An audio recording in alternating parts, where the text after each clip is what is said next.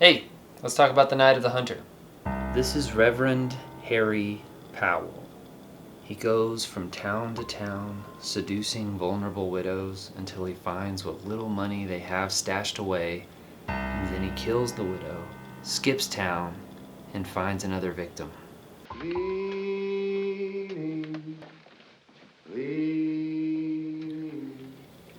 He sings this all the time, and throughout Charles Laughton's masterpiece, The Night of the Hunter, an old hymn celebrating comfort and security turns into the Jaws theme song. Every time you hear it, you search for a predator, even as every other character in the movie starts looking for a friend. And that dichotomy is what this movie is all about. There's plenty of brilliantly horrifying murders and chases all throughout this movie, the best of which I'm not going to spoil here because I really want you to go see it for yourself.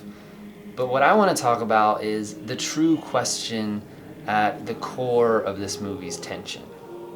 What do you do when the church you're supposed to be able to lean on is the one that's holding you under? The protagonist of this movie is a little boy, the son of a widow who is the pastor's biggest conquest yet, because her ex-husband stashed away a lot of money from a botched bank job shortly before being caught and executed, and only his two children know where it's hidden. The pastor quickly marries their mother and moves in, and the kids can't go anywhere for help because, as the pastor says, "Well, it doesn't matter. It's your word against mine. It's me your mother believes." So what we have here is a monster movie where the monster is living inside your house. Your mother told me she wanted me to be a daddy to you and your sister. We're going to get married, boy. For a mainstream Hollywood thriller from the 1950s, this movie has a lot to say about the experience of being a victim. Especially being victimized by somebody that the world seems to respect a lot more than you.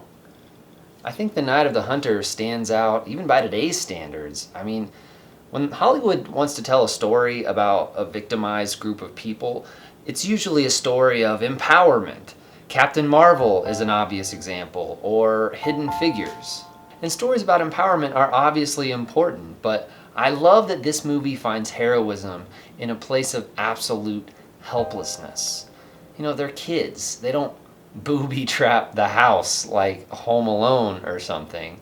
All they can do is rely on the compassion of other adults, and this movie invites us to feel the horror of watching those protections fall through time and time again.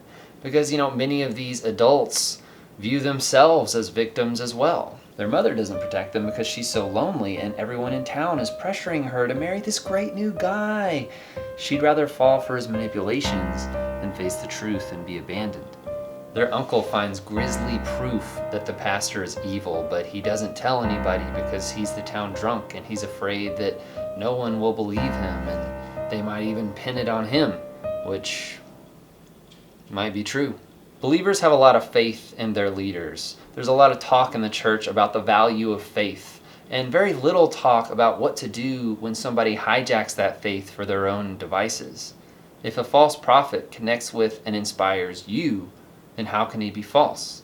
If he teaches you something that feels profound or true, then it's really easy to believe that his accusers must therefore be liars. I think this movie makes it really easy to see why victims stay silent so often. How something like the Spotlight scandal could happen. Or the more recent Southern Baptist scandal, which revealed pastors, church employees, and volunteers have been sexually abusing more than 700 people, and those are just the ones that got caught. Your ability to challenge somebody who fits perfectly society's idea of what a leader should look like is entirely dependent on how well you fit their idea of what a victim should look like. The little boy is a known troublemaker and the son of a criminal. Pastor Powell, on the other hand, is full of rousing confidence and lovable bluster. There's this moment where somebody asks him why he has the words love and hate tattooed on his fingers. In truth, the audience knows that he spent a lot of time in jail, so he probably got them there. So he expertly spins it into this brilliant sermon about love defeating hate. a monologue so convincing that Spike Lee later reappropriated it as a statement of genuine self-empowerment in Do the Right Thing. Would you like me to tell you the little story of right hand, left hand? The story of good and evil? H-A-T-E. It was with this left hand that old Brother Cain struck the blow that laid his brother low. Let me tell you the story of right hand, left hand. It's a tale of good and evil. Hey, it was with this hand that Cain iced his brother. There really is no way to beat somebody like that by yourself. And I love that that reality is respected in this movie. You know, the only big heroic action the boy takes in the entire thing is when he runs away. The rest of the boy's arc is about learning to trust again. And this time, he trusts somebody who's actually worthy of it.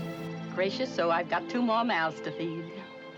Rachel Cooper is the best. I love that this movie didn't content itself with pointing out all the flaws and pitfalls of faith, but went the extra mile and gave us a character whose faith enables her to make the world a better place. She is the antithesis of all the other adults in this movie.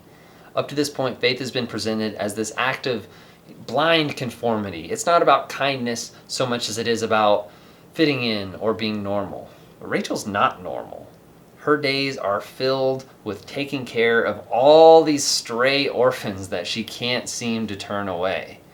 You know, her faith isn't about following or public performance so much as it is about leadership, generosity, and private reflection. I'm a strong tree with branches for many birds. I'm good for something in this old world, and I know it, too.